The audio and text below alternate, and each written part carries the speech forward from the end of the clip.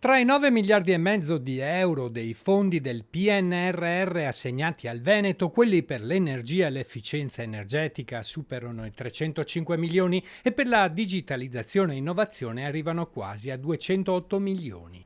A beneficiare dei fondi PNRR non ci sono solo gli enti pubblici, ma anche le imprese private e le start-up, come la trevigiana DP Company che opera nel campo dell'edilizia sostenibile. La nuova azienda è riuscita ad ottenere un contributo di 1 milione di euro grazie all'idea di produrre pannelli isolanti per l'edilizia utilizzando gli scarti tessili. Qual è stata la vostra idea vincente? Pensare all'economia circolare e al green di un pannello che sia ecosostenibile.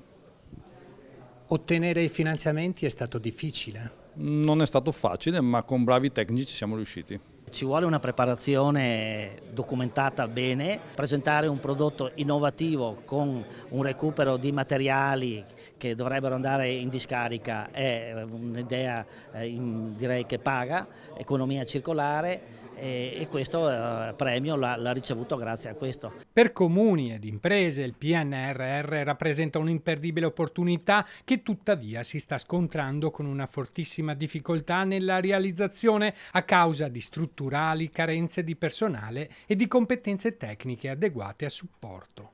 PNRR è una grande opportunità e sta ancora un po' rallentando, non è ancora completamente entrato nel vivo, però abbiamo già dei pilastri, quindi sappiamo già dove andare a parare, che cosa consigliare alle nostre imprese per ottenere i finanziamenti.